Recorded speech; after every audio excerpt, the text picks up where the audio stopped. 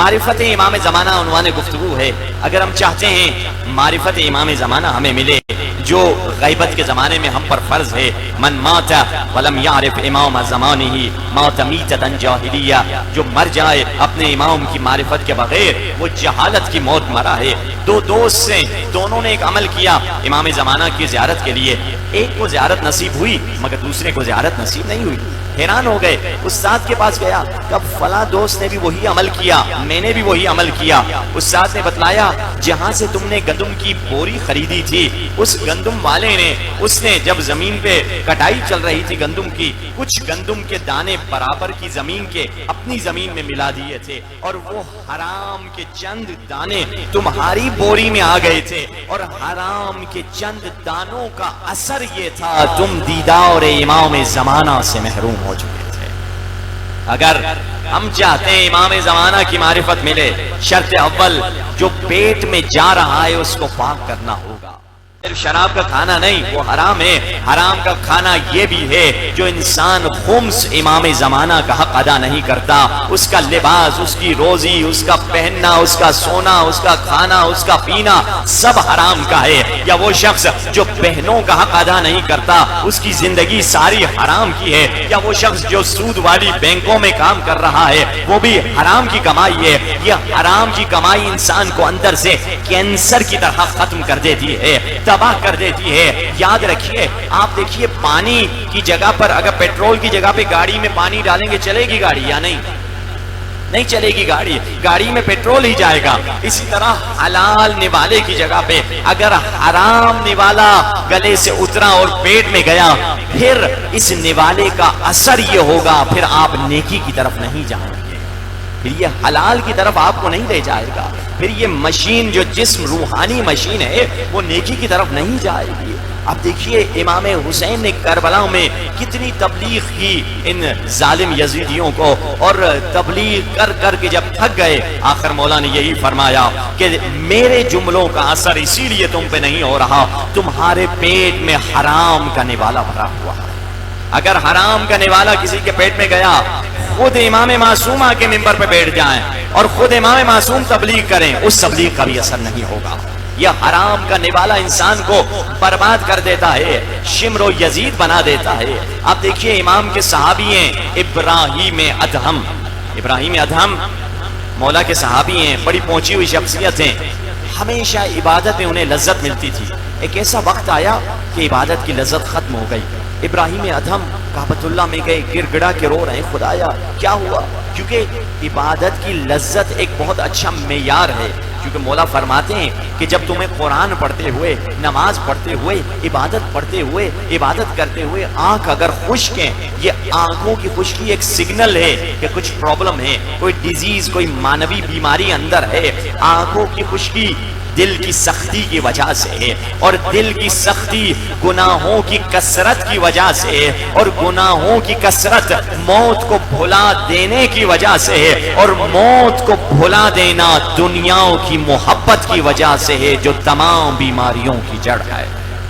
مولا نے فرمایا یہ آنکھ ایک ڈائگنوز کا طریقہ ہے، آسان بھی ہے، ہر بندہ اپنے آپ کو آزما سکتا ہے. کہ قرآن میں فرمایا مومن جب قرآن پڑھتا ہے آنکھوں سے آنسو آتے ہیں، اس کے پروردگار کا کلام ہے، اس کے معشوق اور محبوب کا کلام ہے. اگر آنسو نہیں آ رہے ہیں اس کا مطلب ہے مجھ میں اندر بیماری ہے. ابراہیم ادہم کو ایسا موقع آ گیا، قرآن پڑھ رہا ہے، گریہ نہیں آ رہا ہے، لذت، مانوی لذت سے محروم ہو گیا، عبادت کا دل نہیں کر رہا، عبادت میں کاہلی آ رہی ہے. کہا کہ مومنوں کی صفت ہے عبادت سے، عبادت کی طرف شوق سے جاتے ہیں، مگر منافق عبادت کے لیے اٹھتے ہیں وَإِذَا قَامُوا إِلَى الصَّلَاةِ قَامُوا كُسَالَىٰ، جب نماز کے لیے اٹھتے ہیں بڑے سست ہوتے ہیں. ہاں ٹھیک ہے پڑھتا ہوں، اونگ آ رہی ہوتی ہے عبادت میں، مگر جب نیکی کی طرف جاتے، جب کھیلنے کی طرف جاتے ہیں، کرکٹ کی طرف جاتے ہیں، بڑے انرجی کے ساتھ کھیلنے کے لیے جا رہے ہیں. یہ منافقوں کی نشانی ہے. اب ابراہیم ادہم سوچ رہا ہے مجھ سے کیا گناہ ہوئے، کچھ سمجھ نہیں آیا. کعبۃ اللہ سے اٹھ کے کہاں گیا؟ بیت المقدس، مسجد صخرہ میں 2 مہینے کا سفر، پتہ نہیں 3 مہینے کا سفر طے کیا. اور وہ مسجد صخرہ جو آج اسرائیل کے قبضے میں، خدا برباد کرے ان اسرائیلیوں کو، خدا آزادی عطا فرمائے فلسطینیوں کو، اور خدا ہمیں بھی توفیق دے اپنے مسلمان بھائیوں کی نصرت اور مدد کرنے کی. تو اب یہ مسجد صخرہ میں آئے ابراہیم ادہم، دیکھا وہاں دعا کر رہے ہیں، رات پوری ادھر رہے. رات کو اللہ نے ان کو ہدایت دینی تھی. دو فرشتے آپس میں بات کر رہے ہیں. فرشتوں نے کہا جانتے ہو کون آیا ہے آج؟ نہیں. آج ابراہیم ادھم مولا کا صحابی آیا ہے. اچھا کیوں آیا ہے؟ 2 مہینے سے عبادت کی لذت سے محروم ہو چکا ہے. کیوں محروم ہوا؟ دوسرے فرشتے نے پہلے سے کہا کیونکہ فلاں موقع پر صفا اور مروہ کے درمیان گیا، وہاں اس نے کچھ کھجوریں لی اور کھجوریں ریڑی والے نے کھجوروں کو کاغذ میں ڈال کے اسے دیا. یہ کھجور لی اس نے، کچھ کھجوریں اس کی زمین پر گر گئی. اس نے زمین سے اٹھا کے اپنی کھجوریں کاغذ میں ملائی، مگر وہاں پہ 2 کھجوریں اس ریڑی والی کی تھی. غلطی سے اس نے اپنے کاغذ میں ڈال دی. اس حرام کی 2 کھجوروں کا اثر تھا کہ لذت عبادت سے محروم ہو چکا. ابراہیم کربلا کربلا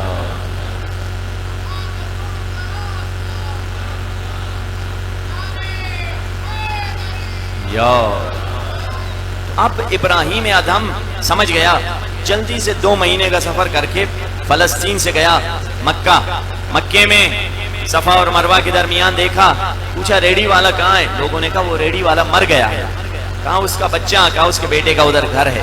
اس کے بیٹے کے گھر پہ جاتا ہے، کہتا ہے آپ کے والد صاحب کی میں نے 2 کھجوریں کھا لی تھی، یا معاف کر دیں یا پیسے لے لیں. کہا معاف کر دیا. مگر کہا میرے باپ کے 2 اور وارث بھی ہیں، میری ماں اور میری بہن ادھر رہتی ہیں، ان کا گھر وہاں ہے. ان کے پاس گیا، مومنہ سے کہا آپ کے شوہر کی میں نے 2 کھجوریں کھا لی ہیں، یا معاف کر دیں یا پیسے لے لیں. کا معاف کر دیا. بیٹی سے کہا آپ کے باپ کی میں نے 2 کھجوریں کھا لی ہیں، معاف کر دیں یا پیسے لے لیں. معاف کر دیا. اب تینوں لوگوں سے جب رضامندی لی، اب جو کعبۃ اللہ میں آیا، اب جب کہا یا اللہ، آواز آئی ہاں میرے بندے، لبیک میرے بندے. کیونکہ حلال کا نوالا پیٹ میں تھا، حرام کا اثر ختم ہوا تو پھر مولا کی معرفت ملے گی. لاکھ کوشش کرتے رہے حرام کے نوالے کے بعد زکوٰۃ نہ دے کر مولا کی رضامندی حاصل کریں. لوگوں کی زمینیں ہوتی ہیں مگر وہ زکوٰۃ نہیں دیتے. یقین جانیے لاکھ کوشش کریں مولا کی محبت نہیں آنے والی، مولا کی معرفت نہیں آنے والی. یہ وہ حلال کا نوالا ہے جو انسان کو ہدایت دیتا ہے. آپ دیکھیے ایک جملہ مولا نے یزیدیوں سے کہا تھا کہ تمہارے پیٹ حرام سے بھرے ہوئے، جو آپ نے ابھی جملہ سنا. ایک جملہ مولا نے 72 سے کہا تھا حلال نوالے کے بارے میں. فرمایا ہے 72 سپاہیوں، جب کوئی نہیں اٹھا، سب مولا کو کنفرم ہو گیا یہ میرے پکے صحابی ہیں. اس وقت مولا نے کہا اگر تمہاری گردن پہ کسی کا حق ہے وہ حق جا کر واپس کر دو.